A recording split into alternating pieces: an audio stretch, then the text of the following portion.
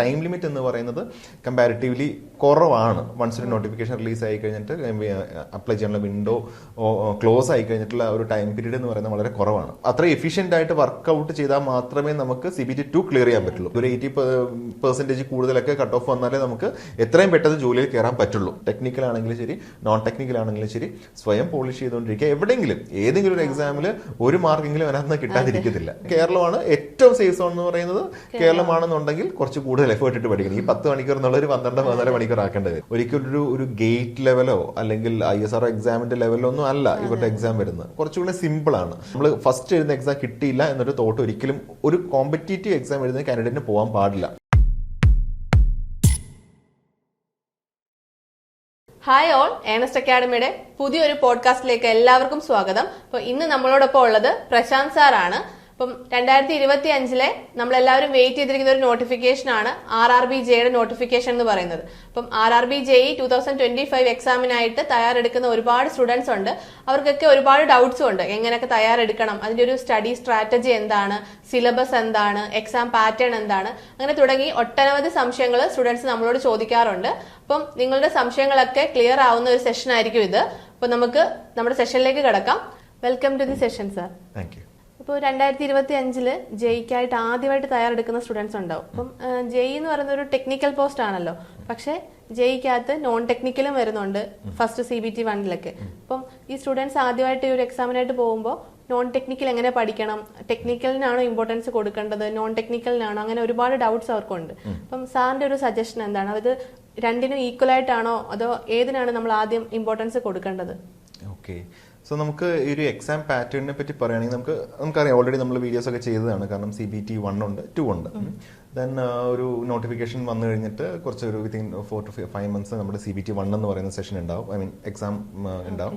After that ഒരു within 3 months അല്ലെങ്കിൽ 4 months CBT2 കാണും. സോ ടൈം ലിമിറ്റ് എന്ന് പറയുന്നത് കമ്പാരിറ്റീവ്ലി കുറവാണ്. വൺസ് ഒരു നോട്ടിഫിക്കേഷൻ റിലീസ് ആയി കഴിഞ്ഞിട്ട് അപ്ലൈ ചെയ്യാനുള്ള വിൻഡോ ക്ലോസ് ആയി കഴിഞ്ഞിട്ടുള്ള ഒരു ടൈം പീരീഡ് എന്ന് പറയുന്നത് വളരെ കുറവാണ്. പെട്ടെന്ന് തന്നെ എക്സാംസ് ആണ്. അതായത് ഒരു 3 മാസം 4 മാസത്തിനുള്ളിൽ. അപ്പോൾ പക്ഷെ സിലബസ് എന്ന് പറയുന്നത് നമുക്ക് കണ്ടന്റ് വൈസ് ഡിഫിക്കൽട്ടി കുറവാണെങ്കിൽ പോലും കുറച്ചധികം കാര്യങ്ങൾ ഇതിന്റെ കൂടെ നമുക്ക് പഠിക്കേണ്ടത്. നമുക്ക് ഒരു +1 +2 കാലഘട്ടത്തിൽ ഫിസിക്സ്, കെമിസ്ട്രി, അങ്ങനത്തെ ഫിസിക്സ്, മാത്സ് കാര്യങ്ങളൊക്കെ ഉണ്ട്. ദെൻ ആപ്റ്റിറ്റ്യൂഡിന്റെ കുറച്ച് കാര്യങ്ങളൊക്കെ വരുന്നുണ്ട്. ദെൻ GK കറണ്ട് അഫയേഴ്സ് വരുന്നുണ്ട്. അതിനുശേഷം സെക്കൻഡ് കാറ്റഗറിയിൽ ടെക്നിക്കലും വരുന്നുണ്ട്. അപ്പം നമുക്ക് എപ്പോഴും ഒരു CBT1 ക്രാക്ക് ചെയ്തതിന് ശേഷം CBT2 സ്റ്റാർട്ട് ചെയ്യാമെന്ന് പറഞ്ഞാൽ, ഇപ്പോൾ CBT2 വരുന്നത് ഫോർ എക്സാമ്പിൾ ഇലക്ട്രിക്കലിനെ പറ്റി പറയുകയാണെങ്കിൽ ബേസിക് ഇലക്ട്രിക്കൽ വരുന്നുണ്ട്. അതായത് നമ്മുടെ ബേസിക് ഇലക്ട്രിക്കൽ, മെഷീൻസിന്റെ കുറച്ച് കാര്യങ്ങൾ, അങ്ങനെയുള്ള കുറച്ച് ഒരു സെക്കൻഡ് ഇയർ തേർഡ് ഇയർ വരെയുള്ള കണ്ടന്റുകളൊക്കെ വരുന്നുണ്ട്. അപ്പോൾ നമുക്ക് ഇതെല്ലാം കവർ ചെയ്ത് CBT2 ടെക്നിക്കലും വരുന്നുണ്ട്, നോൺ ടെക്നിക്കൽ പാർട്ടും വരുന്നുണ്ട്. സോ നമുക്ക് CBT1നും CBT2നും ഇടയുള്ള ഗ്യാപ്പ് എന്ന് പറയുന്നത് വളരെ കുറവാണ്. ഇതെല്ലാം കവർ ചെയ്യാനുള്ള ഒരു ടൈം ഗ്യാപ്പ് കുറവാണ്. അതുകൊണ്ട് തന്നെ നമ്മൾ ഒരു ഫ്രഷർ ഈ ഒരു ജെയുടെ എക്സാം അറ്റൻഡ് ചെയ്യുമ്പോൾ നോർമലി ചിന്തിക്കുന്നത് CBT1 കോൺസെൻട്രേറ്റ് ചെയ്യാമെന്നായിരിക്കും നോർമലി ചിന്തിക്കുക. ബട്ട് നമ്മൾ അങ്ങനെ പോകുമ്പോൾ ഒരു പ്രശ്നം വരുന്നത് ടെക്നിക്കൽ വൺസ് നമ്മൾ ക്ലിയർ ചെയ്യുകയാണ് എന്നുണ്ടെങ്കിൽ CBT2ന് ഒരു സഫീഷ്യന്റ് ടൈം എന്ന് പറയുന്നത് വളരെ കുറവായിരിക്കും. നമ്മൾ ഓടിച്ചിട്ട് തീർക്കേണ്ടി വരും. റിസൾട്ട് വന്ന ഉടനെ നെക്സ്റ്റ് എക്സാം വിളിക്കും. അതെ. അപ്പോൾ നമുക്ക് അത്ര എഫിഷ്യന്റ് ആയിട്ട് വർക്ക്ഔട്ട് ചെയ്താൽ മാത്രമേ നമുക്ക് CBT2 ക്ലിയർ ചെയ്യാൻ പറ്റുള്ളൂ. അപ്പം ഞാനിപ്പോ സജസ്റ്റ് ചെയ്യുന്നത്, ഇന്നത്തെ എക്സാമിനൊക്കെയാണെങ്കിൽ നമ്മൾ കുട്ടികളെ സജസ്റ്റ് ചെയ്യുന്നത് 2 പാരലായിട്ട് തുടങ്ങുക. ബട്ട് CBT1 സമയത്ത് പ്രയോറിറ്റി കൂടുതൽ CBT1 കൊടുക്കുക. നമ്മൾ ഫോർ എക്സാമ്പിൾ ഒരു 6 hours അല്ലെങ്കിൽ എപ്പോഴും പറയുന്ന മിനിമം 5 hours നമ്മൾ പ്രിപ്പയർ ചെയ്യണമെന്നാണ് പറയുന്നത്. അതിൽ ഒരു 1.5 മണിക്കൂറോ 2 hours എല്ലാം നമ്മൾ CBT2 തന്നെ ഫോക്കസ് ചെയ്യണം. റിമൈനിങ് അവേഴ്സ് ഒരു 3 to 4 hours CBT1 നമ്മൾ പ്രയോറിറ്റൈസ് ചെയ്ത് കൊടുക്കണം. അപ്പോൾ നമുക്ക് പാരലലി പോവുകയാണ് എന്നുണ്ടെങ്കിൽ ഇപ്പൊ നമുക്ക് എന്തായാലും നേരത്തെ പഠിച്ചു തുടങ്ങണം. ഇപ്പൊ നോട്ടിഫിക്കേഷൻ്റെ വരുന്ന ഏകദേശം മന്തിന്റെ നമുക്ക് ഒരു ഐഡിയ അറിയാം, എത്ര വേക്കൻസീസ് ഉണ്ടെന്ന് അറിയാം. അപ്പൊ ഇപ്പോഴേ പഠിച്ചു തുടങ്ങി ആ ഒരു ടൈം മാനേജ്മെന്റ് ഇത്ര ഒരു 1 hour 2 hour CBT2 that means technical സബ്ജക്റ്റിന് കൊടുക്കുക. കാരണം കട്ട് ഓഫ് എന്ന് പറയുന്നത് വളരെ കൂടുതലായി, ഒരു 80% കൂടുതലൊക്കെ കട്ട് ഓഫ് വന്നാലേ നമുക്ക് എത്രയും പെട്ടെന്ന് ജോലിയിൽ കയറാൻ പറ്റുള്ളൂ. CBT1നും സെപ്പറേറ്റ് കട്ട് ഓഫ്, CBT 2-നും അതെ അതെ സെപ്പറേറ്റ് കട്ട് ഓഫ് ഉണ്ട്. അപ്പോൾ നമുക്ക് റാങ്ക് ലിസ്റ്റ് കയറില്ല, ജോലിയാണല്ലോ കിട്ടേണ്ടത്, എത്രയും പെട്ടെന്ന് ജോലിയാണല്ലോ കിട്ടേണ്ടത്. അപ്പൊ നമുക്ക് കട്ട് ഓഫ് ക്ലിയർ ചെയ്യുന്നതിനേക്കാളും ഉപരി നല്ലൊരു മാർക്കിലോട്ട് വരണമെന്നുണ്ടെങ്കിൽ സബ്ജക്ട് തറവാവണം, കറണ്ട് അഫയേഴ്സ് കൃത്യമായിട്ട് ഫോളോ ചെയ്യണം. ഈ പറയുന്ന സിലബസ് എല്ലാം നമ്മൾ 100% കവർ ചെയ്താൽ മാത്രമേ നമുക്ക് ഒരു ടോപ്പ് റാങ്ക് ലെവലിലോട്ട് എത്താൻ പറ്റുള്ളൂ. അപ്പോൾ ഒരു ടൈം കൺസ്ട്രെയിന്റ് എന്ന് പറയുന്ന പാരാമീറ്റർ അവിടെ നിൽക്കുന്നത് കൊണ്ട് നമുക്ക് രണ്ടും പാരലി പോയാൽ മാത്രമേ നമുക്ക് ഒരു നല്ല റാങ്കിൽ കിട്ടിയിട്ട്, കാരണം എഗെയിൻ പറഞ്ഞു നമുക്കിപ്പം നല്ല കോമ്പറ്റീഷൻ ഉള്ളതാണ്, ഓൾ ഇന്ത്യ വൈഡ് ഉള്ള എക്സാം ആണ്, നമുക്കിവിടെ ട്രിവാൻഡ്രം സോൺ ആണ് നമുക്കുള്ളത്, RRB ആണ് ഉള്ളത്, അവിടെ അത്യാവശ്യം വേക്കൻസി കുറവായിരിക്കും, കോമ്പറ്റീഷൻ കൂടുതലായിരിക്കും. അപ്പൊ നമ്മൾ അത്രയും കോമ്പറ്റീറ്റീവ് ആയിട്ട് പഠിച്ചാൽ മാത്രമേ നമുക്ക് ഈ ഒരു എക്സാം ക്രാക്ക് ചെയ്യാൻ പറ്റുള്ളൂ. സോ ഇപ്പം ഒരു ഫ്രഷർ എന്റെ മുന്നിൽ വന്ന് നിൽക്കുകയാണെന്നുണ്ടെങ്കിൽ ഞാൻ പറയുക രണ്ട് പാരലലി തുടങ്ങുക. ഇപ്പൊ പ്രോപ്പർ സ്റ്റഡി മെറ്റീരിയൽസ് എല്ലാം അക്വയർ ചെയ്യുക, ദെൻ മിനിമം ഒരു 5 to 6 നിങ്ങൾ JEE മാത്രമാണ് ഫോക്കസ് ചെയ്യുന്നുണ്ടെങ്കിൽ ഒരു 5 to 6 hours 6 hours fix, suppose നമുക്ക് 6 hours ഫിക്സ് ചെയ്യുകയാണെന്നുണ്ടെങ്കിൽ ഒരു മോർണിംഗ് ഒരു 3 hours, ഈവനിങ് 3 hours അങ്ങനെ എന്തെങ്കിലും ഒരു ടൈം നിങ്ങളുടെ ഒരു കൺവീനിയൻസ് അനുസരിച്ച് കൊണ്ട് ടൈം ഫിക്സ് ചെയ്തതിനു ശേഷം അതിൽ ഒരു 2 hours, രാവിലെ 1 hour ടെക്നിക്കൽ, ഉച്ചയ്ക്ക് ശേഷം 1 hour ടെക്നിക്കൽ, അങ്ങനെയല്ല രാവിലെ 1 മണിക്കൂർ ടെക്നിക്കൽ, മിച്ചുള്ള അവേഴ്സിൽ നോൺ ടെക്നിക്കൽ, ഉച്ചയ്ക്ക് ശേഷം ഇതുപോലെ 1 മണിക്കൂർ. അതെ അതെ അതെ ഒരുപോലെ തന്നെ പോവാ. ഇല്ലാന്നുണ്ടെങ്കിൽ രാവിലെ കംപ്ലീറ്റ്ലി നോൺ ടെക്നിക്കൽ നോക്കി ഉച്ചയ്ക്ക് ശേഷം ഒരു 2 hours കണ്ടിന്യൂസ്ലി ടെക്നിക്കൽ നോക്കുന്ന രീതിയിൽ. അത് നമ്മുടെ കേപ്പബിലിറ്റിയും നമ്മുടെ ഒരു കൺവീനിയൻസ് അനുസരിച്ചിട്ട് നമുക്കത് മോൾഡ് ചെയ്തെടുക്കാം. നമ്മുടെ ഈ CBT 1-ന്റെ മാർക്ക് നമ്മൾ CBT 2-ൽ കൺസിഡർ ചെയ്യത്തില്ലല്ലോ. ഇല്ല നമുക്കത് ജസ്റ്റ് ഒരു പ്രിലിമിനറി എക്സാമിനേഷൻ മാത്രം കണ്ടാൽ മതി. ബട്ട് അതിനൊരു കട്ട് ഓഫ് ഉണ്ട്. ആ കട്ട് ഓഫ് എന്ന് പറയുന്നത് നല്ല കൂടുതലായിരിക്കും. പക്ഷെ നമ്മൾ CBT 2-ലേക്ക് വരുമ്പോൾ ഈ നോൺ ടെക്നിക്കൽ അവിടെയും കുറച്ച് ക്വസ്റ്റ്യൻസ് ഉണ്ട്. അപ്പോൾ സ്വാഭാവികമായിട്ടും CBT 1-ന്റെ ആ ഒരു അഡ്വാൻറ്റേജ് നമുക്ക് അവിടെ കിട്ടുന്നുണ്ട്. അത് ചില ടോപ്പിക്കുകൾ മാത്രമാണ് ഒഴിവായി പോകുന്നത്, ബാക്കിയെല്ലാം നമുക്ക് അവിടെ യൂട്ടിലൈസ് ചെയ്യാനും സാധിക്കും. അതുകൊണ്ട് തന്നെ അതും നമ്മുടെ ഉള്ളിൽ വേണം. വൺസ് നമ്മൾ ആ CBT 1 കംപ്ലീറ്റ്ലി പഠിച്ചു കഴിയുകയാണെന്നുണ്ടെങ്കിൽ CBT 2-ൽ അതിന്റെ അഡ്വാൻറ്റേജും കിട്ടും, നമുക്ക് അതിനൊന്ന് റിവൈസ് ചെയ്യാനൊരു അഡ്വാൻറ്റേജും കൂടെ കിട്ടും. ഇപ്പോൾ ഇങ്ങനത്തെ ഉള്ള എക്സാമിനൊക്കെ പിള്ളേർ വന്ന് പറയുന്നൊരു പ്രശ്നം എന്ന് പറയുന്നത് ഇവർ ഈ ആപ്റ്റിറ്റ്യൂഡിനൊക്കെ ഒരുപാട് സമയം, ഒരു ക്വസ്റ്റിന് തന്നെ ഒരുപാട് സമയം അവർക്ക് അറിയാം, ആ ടോപ്പിക് അറിയാം, അതുകൊണ്ട് ഇരുന്ന ടൈം കിട്ടുമെന്നുള്ളൊരു ഒരു പോയിന്റ് അവരുടെ മനസ്സിലുണ്ട്. അപ്പോൾ അവർ ഇരുന്ന് 1 മിനിറ്റ് കൂടുതലൊക്കെ ഒരു ക്വസ്റ്റിന് വേണ്ടി ടൈം സ്പെൻഡ് ചെയ്യും. അങ്ങനെ നമുക്ക് അവരുടെ ടൈം നഷ്ടപ്പെട്ടു പോവുകയും അവർക്കൊരു ഈ പറയുന്ന 90 മിനിറ്റിൽ 100 ക്വസ്റ്റിന് അറ്റൻഡ് ചെയ്യാൻ പറ്റാതെയും 120 മിനിറ്റിൽ 150 ക്വസ്റ്റിന് അറ്റൻഡ് ചെയ്യാൻ അങ്ങനത്തെ ഒരു പ്രശ്നം വരുന്നുണ്ട്. അപ്പോൾ ആ ടൈം മാനേജ്മെന്റ് ഒക്കെ വേണമെന്നുണ്ടെങ്കിൽ നമുക്ക് ഫെമിലറൈസേഷൻ, ഒരു ക്വസ്റ്റിൻ എന്താണെന്ന് ഫെമിലറൈസ് ചെയ്യണം. ആ ഫെമിലറൈസ് ചെയ്യണമെന്നുണ്ടെങ്കിൽ നമുക്ക് ഒന്നിൽ കൂടുതൽ 2 തവണ 3 തവണയൊക്കെ റിവൈസ് ചെയ്യുകയാണെന്നുണ്ടെങ്കിൽ നമുക്ക് കുറച്ചുകൂടെ വളരെ ഈസി ആയിരിക്കും. നമുക്ക് പാടാണ്, ഇത്രയും ടൈം എടുക്കുന്നു അറിയാമെങ്കിൽ നമുക്ക് നെക്സ്റ്റ് ക്വസ്റ്റിനോട്ട് പോകാനും പിന്നീട് വന്നിട്ട് ക്വസ്റ്റ്യൻ റീവിസിറ്റ് ചെയ്യാനൊരു അതെ ആ ഒരു നോളജ് നമുക്ക് ചെയ്യാൻ പറ്റും. അപ്പോൾ നമുക്ക് ഈ എപ്പോഴും പറയുന്നത് പാരലലി തുടങ്ങുക. ഈ CBT 1-ന്റെ ഒപ്പം തന്നെ CBT 2-ന്റെ സിലബസ് നിങ്ങളുടെ മുന്നിൽ വെച്ചിട്ട് ചെറിയ ടോപ്പിക്കിൽ വളരെ ചെറിയ ബേസിക്, എന്തായാലും ബേസിക് മെക്കാനിക്കൽ കാണും, ബേസിക് ഇലക്ട്രിക്കൽ കാണും, ബേസിക് ഇലക്ട്രോണിക്സ് കാണും, എല്ലാത്തിന്റെ ബേസിക്സ് കാണുമല്ലോ, അത് തുടങ്ങിയാലും മതി. കാരണം നമുക്കത് ഓൾറെഡി അതിന്റെ ഒരു 50% നമുക്കറിയാം. പഠിച്ച് ഇറങ്ങിയ കുട്ടികൾക്ക് അതിനേക്കാളും കൂടുതൽ അറിയാം, ബ്രേക്ക് വന്നവർക്ക് അതിനേക്കാളും കുറച്ചായിരിക്കും അറിയാവുന്നത്. പക്ഷെ നമുക്ക് ആ ബേസിക് എങ്കിലും തുടങ്ങി വെക്കുകയാണെന്നുണ്ടെങ്കിൽ അതിന്റെ ഒരു അഡ്വാൻറ്റേജ് കിട്ടും. സോ പാരലലി തന്നെ തുടങ്ങുക. ഇപ്പൊ നോട്ടിഫിക്കേഷൻ വരുന്നുണ്ട്, ഇപ്പോഴേ തുടങ്ങി വെക്കുകയാണെന്നുണ്ടെങ്കിൽ ടെക്നിക്കലും തുടങ്ങുക, നോൺ ടെക്നിക്കലും ഇപ്പം തന്നെ തുടങ്ങുന്നതായിരിക്കും ഏറ്റവും അഡ്വാൻറ്റേജ് എന്നാണ് എന്റെ ഒരു സജഷൻ. ഇപ്പം 2025 ജെയുടെ നോട്ടിഫിക്കേഷന്റെ ഒരു വേക്കൻസി ഡ്രാഫ്റ്റ് നമുക്ക് സർക്കുലേറ്റ് ചെയ്യുന്നുണ്ട്. അപ്പോൾ 2500 വേക്കൻസി പറയുന്നത്. അപ്പൊ നമ്മൾ പ്രതീക്ഷിച്ചിരുന്നത് അതിലും അധികമാണ്. ലാസ്റ്റ് ഇയറിലെ നോട്ടിഫിക്കേഷൻ ഒക്കെ വെച്ചിട്ട് നമ്മൾ കുറച്ചധികം വേക്കൻസി പ്രതീക്ഷിച്ചിരുന്നു. അപ്പം ഈ 2500 വേക്കൻസി എന്ന് പറഞ്ഞിട്ട് പുറത്ത് വന്നു കഴിഞ്ഞപ്പോൾ ഇപ്പം JEE നോക്കിയിരുന്ന സ്റ്റുഡൻസിന് ഇത്ര വേക്കൻസിയേ ഉള്ളൂ എന്ന് കരുതിയിട്ട് ഒരു പിൻവാങ്ങൽ അവരുടെ മൈൻഡിൽ വരാനുള്ള ചാൻസ് ഉണ്ട്. അപ്പോൾ അവരോട് സാറിന് എന്താണ് ഈ വേക്കൻസി ഒരു മാറ്റർ ആണോ? വേക്കൻസി എന്ന് പറയുന്നത് മാറ്റർ ആണ് ഒരു തരത്തിൽ നോക്കുകയാണെന്നുണ്ടെങ്കിൽ. കാരണം എനിക്ക് തോന്നുന്നു ലാസ്റ്റ് ടൈം 2024 7,900 സംതിങ് ആയിരുന്നു ഉണ്ടായിരുന്നത്. 2019 നല്ല അത്യാവശ്യം എക്സാക്ട് നമ്പർ ഓർക്കുന്നില്ല, ബട്ട് നല്ല വേക്കൻസി റിപ്പോർട്ട് ചെയ്തിട്ടുണ്ടായിരുന്നു. ബട്ട് ഇപ്പൊ നമുക്ക് വന്നിരിക്കുന്ന ഡോക്യുമെന്റിൽ നോക്കുകയാണെങ്കിൽ 2,570 സംതിങ് ആണ്, 2,500+ ആണ് വന്നിരിക്കുന്നത് വേക്കൻസി ലിസ്റ്റ് വന്നിരിക്കുന്നത്. അപ്പോ ഇതിന്റെ പ്രശ്നം എന്താ വെച്ചാൽ കോമ്പറ്റീഷൻ കൂടും. നേരത്തെ 1 ലക്ഷം കുട്ടികൾ ഒരു 10,000 എക്സാമിന് വേക്കൻസീസിനാണ് കോമ്പീറ്റ് ചെയ്തിരിക്കുന്നതെങ്കിൽ ഈ 1 ലക്ഷം കുട്ടികൾ ഇപ്പം 2,000-2,500 വേക്കൻസിക്കാണ് കോമ്പീറ്റ് ചെയ്തുകൊണ്ട് ഇരിക്കുന്നത്. ബട്ട് ഒരു പക്ഷെ എന്റെ വേക്കൻസി കൂടാം, കാരണം ഇതിനു മുന്നേ ഒരു സർക്കുലർ പോലെ നമ്മൾ കണ്ടിട്ടുണ്ടായിരുന്നു. അതെ SSC 2015 ഡയറക്ട്ലി SSCക്ക് വേണ്ടി വിളിച്ചത്, സീനിയർ സെക്ഷൻ എഞ്ചിനീയറിന് വേണ്ടി 2015 വന്നിട്ടുണ്ടായിരുന്നു. അത് ഡയറക്ട്ലി ഡിഗ്രി പോസ്റ്റ് ആയിരുന്നു. അന്ന് JEE SSC ഒരുമിച്ചായിരുന്നു വിളിച്ചിട്ടുണ്ടായിരുന്നു. അപ്പോൾ റീസെന്റ് ഇറങ്ങിയ സർക്കിളിനകത്ത് ഇത്രയും 37% ഞങ്ങളുടെ വേക്കന്റ് ആയിട്ട് കിടക്കുകയാണ്. JEEക്കും ഒരുപാട് ഷോർട്ടേജ് ഉണ്ട്. അറൌണ്ട് 10,000+ റിക്വയർമെന്റ് റെയിൽവേസിനുണ്ട് എന്ന് പറയുന്ന ഒരു സർക്കിളായിരുന്നു നമ്മൾ കണ്ടിട്ടുണ്ടായിരുന്നു അല്ലെ. നമ്മുടെ വീഡിയോ നമ്മൾ ചെയ്തിട്ടുണ്ട്. സോ ആ ഒരു വേക്കൻസിയാണ് നമ്മൾ എക്സ്പെക്ട് ചെയ്തത്. ഒരുപക്ഷെ റെയിൽവേ ഇയർ വൈസ് ഇനി വിളിക്കാൻ വേണ്ടിയോ അല്ലെങ്കിൽ നെക്സ്റ്റ് ഇയറിൽ മറ്റൊരു റിക്രൂട്ട്മെന്റ് നടത്താൻ വേണ്ടിയൊക്കെ ആയിരിക്കാം ഈ ഒരു 2,500 എന്ന് പറഞ്ഞ് ലിമിറ്റ് ചെയ്തിരിക്കുന്നത്. നേരെ മേ ബി അതിപ്പം റിക്വയർമെന്റ് ഡിപ്പാർട്ട്മെന്റ് കൊടുക്കുകയാണെന്നുണ്ടെങ്കിൽ ഒരു പക്ഷെ കൂടിയേക്കാം. പക്ഷെ അവരുടെ പോളിസി എന്താ നമുക്കറിയില്ല, ഗവൺമെന്റിന്റെ പോളിസി, ഡിപ്പാർട്ട്മെന്റിന്റെ പോളിസി എന്താ നമുക്കറിയില്ല. മേ ബി കൂടിയേക്കാം. പക്ഷെ നമ്മൾ അത് എക്സ്പെക്ട് ചെയ്യേണ്ട. നമ്മുടെ മനസ്സിൽ 2,500 ഓക്കെ 2,500 ഉള്ളെന്നുള്ള രീതിയിൽ തന്നെ നമുക്ക് പോകണം. ബട്ട് അഗൈൻ ഈ വേക്കൻസി കുറയുമ്പോൾ കട്ട് ഓഫ് കൂടുകയും കോമ്പറ്റീഷൻ കൂടാണ് ചെയ്യുന്നത്. ഇപ്പൊ നമ്മൾ കേരള PSC കേസ് പറയുകയാണെന്നുണ്ടെങ്കിൽ നമ്മൾ ചിലപ്പോഴൊക്കെ ആന്റിസിപ്പേറ്റഡ് വേക്കൻസീസ് എന്ന് പറഞ്ഞ് വരാറുണ്ട്, 1 വേക്കൻസി വരാറുണ്ട്. ഈ 1 വേക്കൻസിയൊക്കെ ഒരുപാട് ആൾക്കാർ കേസിന് പോയിട്ടും അല്ലാതെയൊക്കെ അത് ഒരു 10ഉം 15ഉം ഇൻടേക്ക് ഒക്കെ നടക്കുന്ന സംഭവം നമ്മുടെ കേരള PSC നടക്കുന്നുണ്ട്. അതുപോലെ തന്നെ എനിക്ക് ALPയുടെ കേസും നമ്മൾ നേരെ സംസാരിച്ചാൽ പറഞ്ഞാണല്ലോ, ഇത് റിവൈസ് ചെയ്തിട്ടുണ്ട്. നോട്ടിഫിക്കേഷൻ വന്ന ടൈമിൽ ഒരു എനിക്ക് തോന്നുന്നു 6,000 സംതിങ് എന്തേ ഉള്ളായിരുന്നു. പക്ഷെ പിന്നീട് അതൊരു 18,000-ലേക്ക് ഷിഫ്റ്റ് ഉണ്ടായി. അപ്പം അങ്ങനെ ഒരു ഷിഫ്റ്റ് ഇവിടെയും സംഭവിക്കാതെ ചാൻസ് ഉണ്ടാകും. കാരണം ഇപ്പം റെയിൽവേ ഒരുപാട് ഈ പറയുന്ന മോഡിഫിക്കേഷൻസ് നടക്കുന്നുണ്ട്. ദെൻ അതുകൊണ്ട് തന്നെ ഈ ഇൻടേക്ക് കൂടാൻ സാധ്യതയുണ്ട്. ദെൻ ഇലക്ഷൻ എന്ന് പറയുന്ന ഒരു ബിഗ് ഫാക്ടറാണ്. അപ്പൊ മാക്സിമം എംപ്ലോയ്മെന്റ് ക്രിയേറ്റ് ചെയ്യുക എന്ന് പറയുന്ന ഒരു പോളിസീസ് ഉണ്ടാവും. സോ ഒരുപക്ഷെ നമുക്ക് നമ്പർ ഓഫ് വേക്കൻസീസ് കൂടാൻ സാധ്യതയുണ്ട്. പക്ഷെ നമുക്ക് ആ ഒരു തോട്ടിലോട്ട് പോകരുത് എന്ന് മാത്രമേ പറയാനുള്ളൂ.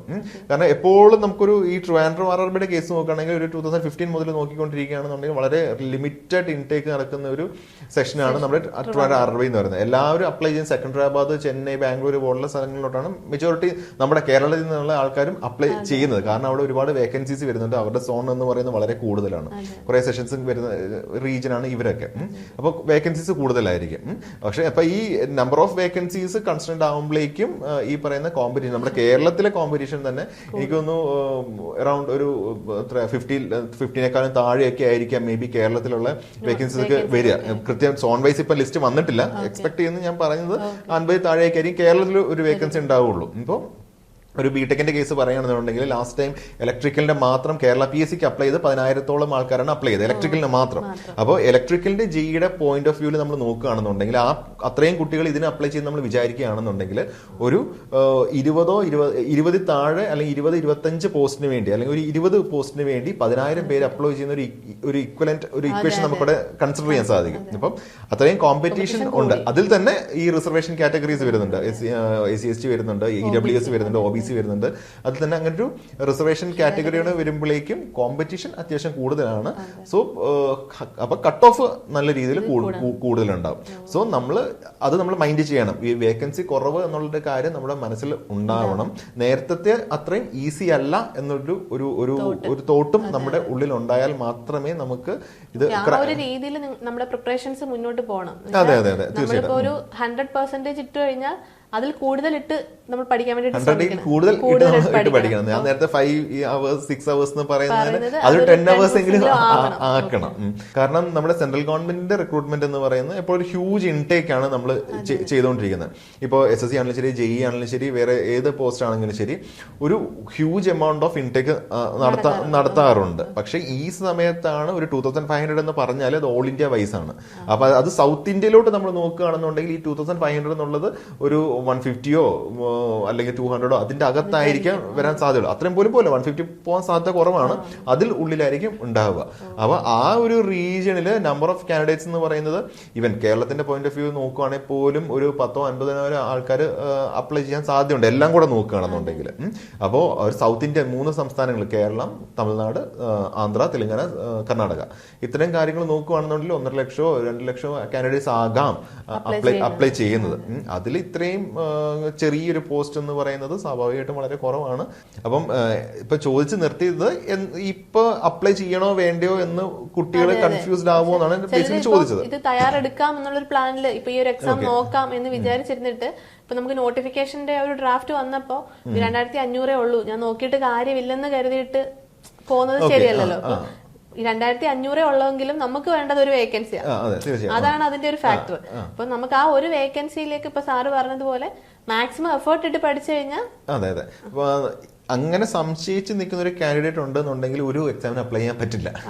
അതാണ് ഒരു പോയിന്റ് എന്ന് പറയുന്നത്. കാരണം ഇപ്പൊ ഏത് സെക്ടർ എടുത്താലും, ഇപ്പം സ്റ്റേറ്റ് ആണെങ്കിലും സെൻട്രൽ ആണെങ്കിലും പ്രൈവറ്റ് സെക്ടേഴ്സ് ആണെങ്കിലും എടുത്താലും വേക്കൻസി എന്ന് പറയുന്നത് ലിമിറ്റഡ് ആയിരിക്കും. എല്ലാവർക്കും ഉള്ള ഒരു അക്കോമഡേറ്റ് ചെയ്യാനുള്ള കേപ്പബിലിറ്റി നമ്മുടെ കൺട്രിയിൽ ഇല്ല. അതുകൊണ്ട് തന്നെ ലിമിറ്റഡ് വേക്കൻസി എന്നുള്ളൊരു പോയിന്റ് ഓഫ് വ്യൂവിൽ ചിന്തിക്കാതെ ഒരു ഓപ്പർച്യൂണിറ്റി എന്ന് മാത്രം ചിന്തിക്കുക. നിങ്ങൾ ഒരിക്കലും ഒരു സബ്ജക്ട് പഠിച്ചു കഴിഞ്ഞാൽ നഷ്ടമല്ലല്ലോ.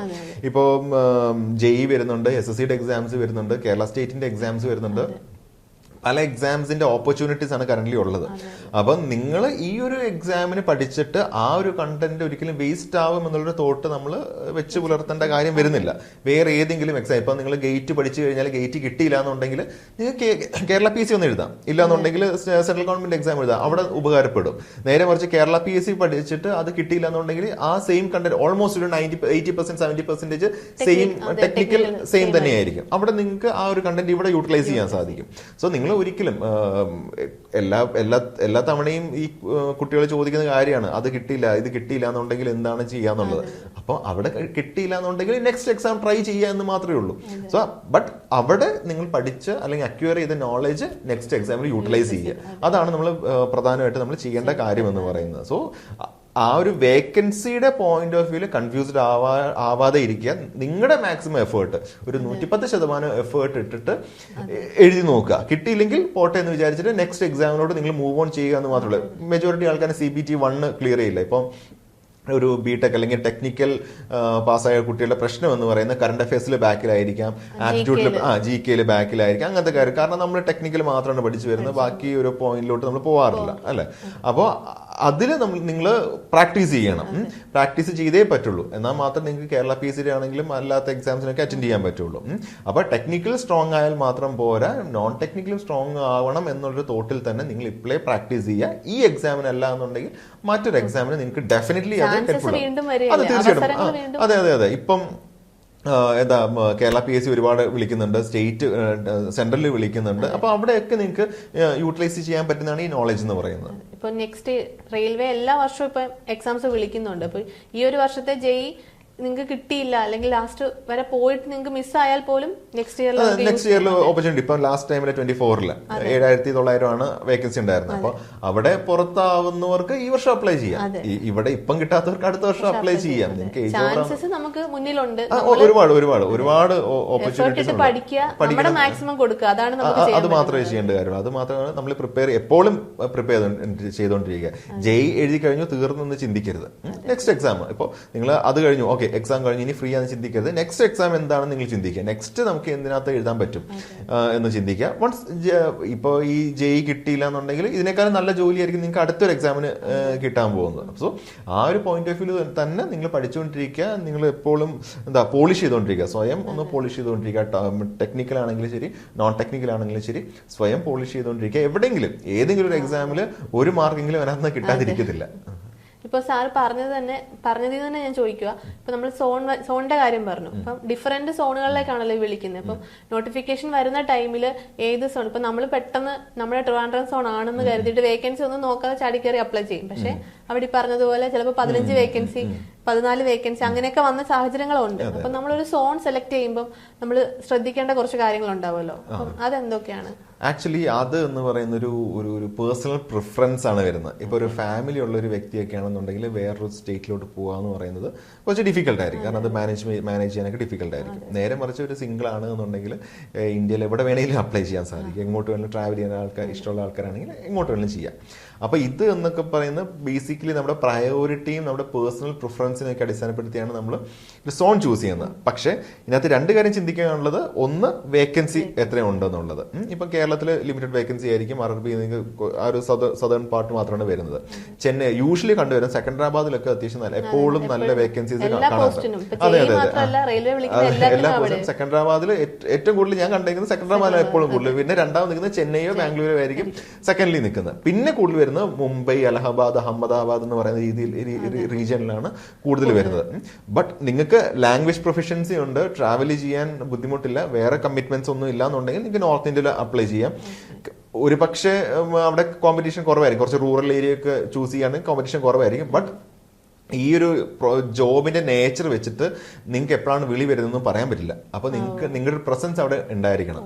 പിന്നെ ലീവിനെ പറ്റിയൊക്കെ നമ്മുടെ ഫ്രണ്ട്സ് വർക്ക് ചെയ്യുന്ന ആൾക്കാരൊക്കെ പറയാറുണ്ട്, അവിടെ ഡിഫിക്കൽട്ട് ആണ്, വർക്ക് പ്രഷറിന്റെ കേസസ് ഒക്കെ പറയാറുണ്ട്. അപ്പോൾ അതിന് നിങ്ങൾക്ക് കോംപ്രമൈസ് ചെയ്യാൻ പറ്റുമെന്നുണ്ടെങ്കിൽ, വർക്ക് ലൊക്കേഷൻ എന്ന് പറയുന്നത് നിങ്ങൾക്കൊരു കൺസ്ട്രെയിന്റ് അല്ല എന്നുണ്ടെങ്കിൽ ഏറ്റവും കൂടുതൽ വേക്കൻസി എവിടെയാണ്? മുംബൈയോ അഹമ്മദാബാദോ അലഹബാദ്, പാട്ന, അങ്ങനത്തെ കുറെ സോൺസ് ഒക്കെ ഉണ്ടല്ലോ. അപ്പൊ നോർത്ത് ഇന്ത്യയിൽ നിങ്ങൾക്ക് വേണമെങ്കിൽ നോർത്ത് ഈസ്റ്റ് റീജിയനിലൊക്കെ നിങ്ങൾക്ക് വേണമെങ്കിൽ അപ്ലൈ ചെയ്യാം. നേരെ മറിച്ച് നിങ്ങൾക്ക് ഒരു ഫാമിലി എന്ന് പറയുന്ന, അല്ലെങ്കിൽ നിങ്ങൾക്ക് നാട്ടിൽ സദേൺ റീജിയനിലാണ് ലാംഗ്വേജ് ഇഷ്യൂ ഉണ്ട് എന്നപ്പോൾ നമുക്ക് തമിഴും ബാക്കിയൊക്കെ അഡ്ജസ്റ്റ് ചെയ്യാം. അപ്പോൾ ആ ഒരു ലാംഗ്വേജ് പ്രൊഫഷൻസിയും നിങ്ങളുടെ ഫാമിലി കാര്യങ്ങളും എല്ലാം കൂടി ഉണ്ടെന്നുണ്ടെങ്കിൽ സദേൺ റീജിയൻ അപ്ലൈ ചെയ്യുന്നതായിരിക്കും നല്ലത്. വേക്കൻസിയും അതിൽ അഡ്ജസ്റ്റ് ചെയ്യാൻ പറ്റുമെന്നുണ്ടെങ്കിൽ വേക്കൻസി നോക്കുക, എവിടെയാണ് കൂടുതൽ വേക്കൻസി, നിങ്ങളുടെ ഡിപ്പാർട്ട്മെന്റിൽ എവിടെയാണ് വേക്കൻസി എന്നുള്ളത് നോക്കുക, അവിടെ അപ്ലൈ ചെയ്യുക. പിന്നെ കേരളമാണ് ഏറ്റവും സേഫ് സോൺ എന്ന് പറയുന്നത്. കേരളമാണെന്നുണ്ടെങ്കിൽ കുറച്ച് കൂടുതൽ എഫേർട്ട് ഇട്ട് പഠിക്കണം. ഈ 10 മണിക്കൂർ എന്നുള്ള ഒരു 12-13 മണിക്കൂർ ആക്കേണ്ടി വരും. കോമ്പറ്റീഷൻ ഉണ്ട്, ചെറിയ നമ്പർ ഓഫ് വേക്കൻസിയിൽ മിക്ക കേരളത്തിലെ ഒരു 60% ആൾക്കാരും ഇത് തന്നെ ആയിരിക്കും അപ്ലൈ ചെയ്യുന്നത്. അതെ, അപ്പോ അങ്ങനെ ഉള്ള സ്ഥിതിക്ക് ഒരു കൂടുതൽ ഹവേഴ്സ് സ്പെൻഡ് ചെയ്ത് നിങ്ങൾ പഠിക്കേണ്ടി വരും. നേരെ മറിച്ച് കുറച്ചും കൂടെ റിലാക്സേഷൻ വേണമെന്നുണ്ടെങ്കിൽ നേരെ ചെന്നൈ സോണിൽ അപ്ലൈ ചെയ്യാം. അപ്പോൾ ചെന്നൈ സോണിലാണെങ്കിലും കുറേ മലയാളികൾ കയറുന്നതാണ്. സെക്കൻഡറാബാദും ചെന്നൈയിലൊക്കെ ഇഷ്ടംപോലെ മലയാളികൾ ജോലിക്ക് കയറുന്നതാണ്. അത് ഇപ്പോൾ നമുക്കൊരു 10 മണിക്കൂർ ട്രാവൽ ചെയ്താലും നമുക്ക് എക്സാം സെന്ററിൽ എത്താനും പറ്റും, ജോലി ഉള്ള സ്ഥലത്ത് എത്താനും പറ്റുന്നൊരു കേപ്പബിലിറ്റി ഉള്ളതുകൊണ്ട് കുറേ ആൾക്കാർ, ഇപ്പോൾ ഇഷ്ടംപോലെ ആൾക്കാർ, നമുക്ക് പേഴ്സണലി അറിയുന്ന ആൾക്കാർ കുറേ പേര് ഈ ചെന്നൈ സോണിലൊക്കെ വർക്ക് ചെയ്യുന്നുണ്ട്. ഇപ്പം അവിടെയും അപ്ലൈ ചെയ്യാം, അവിടെ കിട്ടും, നമുക്ക് കിട്ടും എന്ന് കിട്ടില്ല എന്നല്ല, നമുക്ക് കിട്ടും. പക്ഷെ ഇതൊക്കെയാണ്, ഇതിപ്പോ നമുക്കൊരു സജസ്റ്റ് ചെയ്യാൻ പറ്റില്ല. അത് നിങ്ങളുടെ പ്രിഫറൻസ്, നിങ്ങൾ പ്രയോറിറ്റൈസ് ചെയ്യണം. എവിടെ നിങ്ങൾക്ക് ട്രാവൽ ചെയ്യാൻ പറ്റുമോ, അല്ലെങ്കിൽ ലാംഗ്വേജ് ബാരിയേഴ്സ് ഉണ്ടോ, ഇല്ലെങ്കിൽ വേറെ എന്തെങ്കിലും കൺസ്ട്രെയിൻസ് ഉണ്ടോ എന്നൊക്കെ അതിനെ അടിസ്ഥാനപ്പെടുത്തി നമുക്കൊരു സ്പെസിഫിക് ആൻസർ നമുക്ക് പറയാൻ പറ്റില്ല. ഇപ്പൊ ഇത്രയും കാര്യങ്ങൾ നിങ്ങളുടെ മനസ്സിലുണ്ടാവണം. ലാംഗ്വേജ് ഉണ്ടായിരിക്കണം, ഫാമിലിയുടെ എന്തെങ്കിലും കൺസ്ട്രെയിൻസ് ഉണ്ടോ എന്ന് നോക്കണം, അതെ അതെ അതെ, ട്രാവൽ ചെയ്യാൻ, ദെൻ ഇങ്ങനത്തെ കാര്യങ്ങളൊക്കെ മനസ്സിലുണ്ടായിട്ട് അതിൽ നിന്ന് നിങ്ങൾ ചൂസ് ചെയ്യുക എന്ന് മാത്രമേ നമുക്ക് പറയാൻ പറ്റുള്ളൂ. അപ്പൊ അതേപോലെ തന്നെ ഇപ്പൊ വർക്ക് നേച്ചറിന്റെ കാര്യം പറഞ്ഞു സാർ. അപ്പം ജൂനിയർ എഞ്ചിനീയർ എന്നൊരു ടൈറ്റിൽ മാത്രമേ ചിലർക്ക് അറിയാവുന്നുണ്ടാവും. അപ്പം എന്താണ് അവരുടെ ഒരു ജോബ് നേച്ചർ, ഓഫീസ് ജോബ് ആണോ അതോ ഫീൽഡ് വർക്ക് ആണോ വരുന്നതെന്നൊക്കെ ഉള്ളൊരു ഡൗട്ട് ചിലർക്കെങ്കിലും ഉണ്ടാവും. അപ്പം എന്ന് കേട്ട് മാത്രം അപ്ലൈ ചെയ്യുന്നവരായിരിക്കും ഒരു 50% ആൾക്കാർ. ഇതിനെപ്പറ്റി കൂടുതൽ അറിയാൻ ആരും ശ്രമിക്കാറില്ല. പക്ഷെ അന്നേരം അതിനെപ്പറ്റി സാർ ഒന്ന് പറയാം, ഇതിന്റെ വർക്ക് നേച്ചർ എങ്ങനെയാണ് വരുന്നത്? ബേസിക്കലി ഞാൻ ഇലക്ട്രിക്കൽ ഫീൽഡാണ്. അപ്പോൾ ഞാൻ ഈ ഇലക്ട്രിക്കലിന് ഒരു എക്സാമ്പിൾ വെച്ചിട്ട് ഞാൻ പറയാം. ഈ ഒരു JEE എന്ന് പറയുമ്പോൾ അതിനകത്ത് തന്നെ 4-5 സ്ട്രീംസ് ആണ് പ്രധാനമായിട്ട് വരുന്നത്. ഒന്ന് ഇലക്ട്രിക്കൽ വരുന്നുണ്ട്, മെക്കാനിക്കൽ വരുന്നുണ്ട്, സിവിൽ വരുന്നുണ്ട്. ഇതാണ് കോർ ടെക്നിക്കൽ വരുന്നത്. അതിന്റെ കൂടെ തന്നെ ഇലക്ട്രോണിക്സ് വരുന്നുണ്ട്, CSIT വരുന്നുണ്ട്. ഇതിലൊരു 5-6 ഡിപ്പാർട്ട്മെന്റ്സ് ആണ് പ്രധാനമായിട്ട് വരുന്നത്. അപ്പോൾ ഇലക്ട്രിക്കലിന്റെ ബേസ് പറയുകയാണെങ്കിൽ ഒന്ന് ജനറൽ സർവീസ് ആണ് വരുന്നത്. അത് നമ്മുടെ ട്രെയിനിലെ ലൈറ്റ്, ഫാൻ, AC അങ്ങനത്തെ, അതായത് പബ്ലിക്സുമായിട്ട് കുറച്ച് മിങ്കിൾ ചെയ്യുന്നത്, സ്റ്റേഷനിലെ ലൈറ്റിങ്ങും കാര്യങ്ങളൊക്കെ വരും. പിന്നെ ഡിസ്ട്രിബ്യൂഷൻ വരുന്നുണ്ട്, അതായത് നമ്മുടെ ഈ ട്രാക്ഷനിലോട്ട് സപ്ലൈ കൊടുക്കുന്ന ഡിസ്ട്രിബ്യൂഷൻ വരുന്നുണ്ടല്ലോ, അത് വരുന്നുണ്ട്. പിന്നെ ഈ ട്രാക്ഷനിൽ വരുന്ന ഇലക്ട്രിക്കലിന്റെ മെയിൻ്റെനൻസും കാര്യങ്ങളൊക്കെ വരുന്നുണ്ട്. അത് ഈ 2 കാര്യങ്ങൾ എന്നൊക്കെ പറയുന്നത് പബ്ലിക്കുമായിട്ട് ഇന്ററാക്ഷൻ വരാത്തൊരു സംഭവമാണ്. ഇപ്പൊ നമ്മൾ KCBയുടെ കേസ് പറയുകയാണെങ്കിൽ സബ് എഞ്ചിനീയേഴ്സിനൊക്കെ കുറെ ഇടി കിട്ടുമെന്നൊക്കെ പറയുന്ന പോലെ തന്നെയാണ് ഈ പബ്ലിക്. ഇപ്പം AC കമ്പാർട്ട്മെന്റിൽ AC വർക്ക് ആയിട്ടില്ലാന്നുണ്ടെങ്കിൽ അപ്പം തന്നെ ഇലക്ട്രിക്കൽ എഞ്ചിനീയേഴ്സ് അവിടെ വരുമ്പോൾ സ്വാഭാവികമായിട്ട് ചീത്ത കിട്ടും. അപ്പോൾ അത് സെയിം സംഭവം തന്നെയാണ് ഇതിനകത്തും വരുന്നത്, പബ്ലിക്കുമായിട്ട് കൂടുതൽ ഇത് വരുന്നതാണ്. അപ്പോൾ ഈ ജോബ് പ്രൊഫൈലാണ് ചോദിച്ചത്. അപ്പോൾ ബേസിക്കലി നമുക്ക് പബ്ലിക്കുമായിട്ട് ഇന്ററാക്ട് ചെയ്യുന്ന ടൈപ്പും വരുന്നുണ്ട്, അതായത് പുറത്ത് ഇറങ്ങി അല്ലെങ്കിൽ ട്രാക്കിൽ ഇറങ്ങി വർക്ക് ചെയ്യേണ്ട നേച്ചറും വരുന്നുണ്ട്. നേരെ സബ്സ്റ്റേഷൻ ഓഫീസ് പോലെയുള്ള സബ്സ്റ്റേഷൻ പോലെയുള്ള റീജിയനിൽ വർക്ക് ചെയ്യേണ്ട കേസും വരുന്നുണ്ട്. അതുപോലെ തന്നെയാണ് മെക്കാനിക്കലിലും ഈ പറയുന്ന ട്രാക്ഷന്റെ വർക്ക് വരുന്നുണ്ട്, ഈ ലൈൻസിന്റെ കേസ് വരുന്നുണ്ട്, കൺസ്ട്രക്ഷന്റെ വർക്ക്ഷോപ്സ് വരുന്നുണ്ട്. അതുപോലെ തന്നെ സിവിലിന്റെ കൺസ്ട്രക്ഷൻ ഒക്കെയാണ് വരുന്നത്. ഇതിന്റെ ഡ്രോയിങ് പോലുള്ള കാര്യങ്ങളൊക്കെ വരുന്നത്. എല്ലാത്തിലും ഓപ്പൺ സ്പേസിലും നേരെ ഓഫീസ് സ്പേസിലുള്ള വർക്ക്സ് വരുന്നുണ്ട്. അത് നമുക്ക് എവിടെയാണ് പോസ്റ്റിംഗ് കിട്ടുന്നതിനെ അടിസ്ഥാനപ്പെടുത്തിയിരിക്കും. ചിലപ്പോൾ നമ്മുടെ മാർക്കിനെ അടിസ്ഥാനപ്പെടുത്തിയായിരിക്കും, നമ്മുടെ പ്രിഫറൻസ് വരും, മാർക്ക് അടിസ്ഥാനം നമ്മൾ അപ്ലൈ ചെയ്യുന്ന പോസ്റ്റിനെയൊക്കെ അടിസ്ഥാനപ്പെടുത്തിയായിരിക്കും വരുന്നത്. ചിലർക്ക് നേരെ ഓഫീസ് സ്പേസിലോട്ടായിരിക്കും വരുന്നത്. അവിടെ ഈ പറയുന്ന ഒരു മാനേജ്മെന്റ് അല്ലെങ്കിൽ കൺട്രോൾ സ്കീമൊക്കെ ആയിരിക്കും ഉണ്ടാവുക. നേരെ മറിച്ച് ട്രാക്ഷൻ മെയിൻ്റെനൻസ് ആണെങ്കിൽ നമ്മൾ ട്രാക്ഷനിൽ പോയി അവിടുത്തെ പ്രോപ്പർ ലൊക്കേഷനിൽ പോയി മെയിൻറ്റെയിൻ ചെയ്യണം, അതിന്റെ പെർമിറ്റ് എടുക്കുന്ന അങ്ങനത്തെ പരിപാടിയൊക്കെ ആയിരിക്കും അവർക്കുള്ളത്. ജനറൽ സർവീസ് ആണെങ്കിൽ കറസ്പോണ്ടിംഗ്ലി അതുപോലെ ആയിരിക്കും വരുന്നത്. അപ്പം ഇതെല്ലാം കൂടെ ഉൾക്കൊള്ളുന്നതാണ്. അത് നമുക്ക് എവിടെയാണ് കിട്ടുന്നത് നമുക്ക് തുടക്കത്തിൽ അതെ അപ്ലൈ നമുക്ക് അറിയാൻ പറ്റുള്ളൂ. ദെൻ അഗെയിൻ വർക്ക് പ്രഷർ കൂടുതലാണ്. ഇപ്പം നമ്മൾ വർക്ക് ചെയ്തുകൊണ്ടിരിക്കുന്ന ആൾക്കാരുമായിട്ടൊക്കെ നമ്മൾ സംസാരിക്കുമ്പോൾ വർക്ക് പ്രഷർ കൂടുതലാണ്. അത് കുറെ പേരും പുറത്ത് വർക്ക് ചെയ്യുന്ന ആൾക്കാരുണ്ട്, നമ്മുടെ കേരളത്തിൽ വർക്ക് ചെയ്യുന്ന ആൾക്കാരുണ്ട്. രണ്ടുപേരും ഒരേ സ്വരത്തിൽ പറയുന്നത് വർക്ക് പ്രഷർ എന്ന് പറയുന്നത് കുറച്ച് കൂടുതലായിരിക്കുമെന്നാണ് അവർ പറയുന്നത്. ഒന്നും നമ്മുടെ സ്വന്തം നാടല്ല, അങ്ങനത്തെ പ്രശ്നങ്ങളൊക്കെ ഉണ്ട്. വർക്ക് പ്രഷർ പിന്നെ ഭയങ്കര സെൻസിറ്റീവ് ആയിട്ടുള്ള കാര്യമാണ്. കാരണം ഇത്രയും ക്രോസ് ഓഫ് പീപ്പിൾ ട്രാവൽ ചെയ്യുന്നൊരു സംഭവമാണ്. അത്രയും പബ്ലിക് എത്ര നമ്പേഴ്സ് കൂടുന്നു അത്രയും സെൻസിറ്റീവ് ആവും. അതിൽ എഞ്ചിനീയേഴ്സ് ആണ് പബ്ലിക്സിന്റെ മുന്നിലോട്ട് വരുന്നത്, വേറെ ആരും വരുന്നില്ല. അപ്പോ അതിന്റെ ഒരു സെൻസിറ്റിവിറ്റി ഉണ്ടാവുന്നുണ്ട്. അപ്പോൾ അതിനെ നമുക്ക് ഹാൻഡിൽ ചെയ്യാൻ സാധിക്കണം. ആ ജോബ് പ്രൊഫൈൽ സാലറി വൈസ് നോക്കുകയാണെങ്കിൽ അത്യാവശ്യം നല്ല പാക്കേജ് നമുക്ക് കിട്ടുന്നൊരു സെൻട്രൽ ഗവൺമെന്റ് എല്ലാം തന്നെ അത്യാവശ്യം നല്ല പാക്കേജ് വരുന്നതാണ്. അത്യാവശ്യം 60+ 70 അടുത്തൊക്കെ നമുക്ക് വരുന്നുണ്ട്. അപ്പോൾ പാക്കേജ് വൈസ് നൈസ് ആയിട്ടുള്ളൊരു ആസ് എൻ എഞ്ചിനീയർ അത്യാവശ്യം നല്ല ഗവൺമെന്റ് സെക്ടറിൽ കിട്ടുന്ന നല്ലൊരു പാക്കേജാണ് കിട്ടുന്നത്. ബട്ട് വർക്ക് നേച്ചർ നോക്കുകയാണെന്നുണ്ടെങ്കിൽ അപ്പം ഏത് ജോലിയാണെങ്കിലും അതിൻ്റെതായ പ്രഷർ ഉണ്ടാവുമല്ലോ. അപ്പൊ ഇതിന് കുറച്ചും കൂടെ ആൾക്കാർ കൂടിയിട്ടുള്ള ഒരു സെക്ടർ ആയതുകൊണ്ട് തന്നെ അതിൻ്റെതായിട്ടുള്ള കുറച്ച് പ്രഷേഴ്സ് നമുക്ക് കൂടുതലാണ്. അതായത് മോളിൽ നിന്നുള്ള പ്രഷേഴ്സും കാര്യങ്ങളൊക്കെ നമുക്ക് കുറച്ച് കൂടുതലാണ് വരുന്നത്. ബട്ട് സാലറി വൈസ് സേഫ് ആണ്. അലവൻസും കാര്യങ്ങളൊക്കെ വരുമ്പോഴേക്കും അത്യാവശ്യം നല്ല ഒരു എമൗണ്ട് നമ്മുടെ ഇൻ ഹാൻഡ് തന്നെ അത്യാവശ്യം നല്ല എമൗണ്ട് കിട്ടുന്നൊരു കാര്യം കൂടുതൽ ആൾക്കാരെ ഇതിലേക്ക് അട്രാക്ട് ചെയ്യുന്ന ഒരു ഫാക്ടർ. തീർച്ചയായിട്ടും ഇപ്പൊ ഒരു ഫ്രഷർ ബിടെക് ഇപ്പം കഴിഞ്ഞ് വരുന്ന ഒരു കുട്ടി നോക്കുമ്പോൾ ആ ഒരു 22-23 വയസ്സിൽ ഇത്രയും നല്ലൊരു ജോബ് കിട്ടുക എന്ന് പറഞ്ഞാൽ ഒരു 50 വയസ്സൊക്കെ ആകുമ്പോഴേക്ക് അത്യാവശ്യം നല്ലൊരു പൊസിഷനിലോട്ട് നമുക്ക് എത്താൻ സാധിക്കുമല്ലോ. അപ്പം ആ ഒരു രീതിയിൽ നോക്കുവാണെങ്കിൽ നല്ലത് തന്നെയാണ്.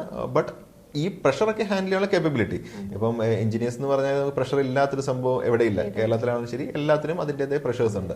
അപ്പൊ ഇതിനെ പ്രഷറിനെ ഹാൻഡിൽ ചെയ്യാനുള്ള ഒരു കേപ്പബിലിറ്റി ഉണ്ടായിരിക്കണമെന്ന് മാത്രമേ ഉള്ളൂ. ദെൻ ഈ പറയുന്ന സേഫ് സോൺ ഇപ്പോൾ ഓഫീസ് ടൈപ്പ് റീജിയനിലാണ് കിട്ടുന്നുണ്ടെങ്കിൽ ഇത്രയും ഒരു ഇഷ്യൂസ് ഉണ്ടാവില്ല. റെസ്പോൺസിബിലിറ്റീസ് കൂടുതലായിരിക്കും.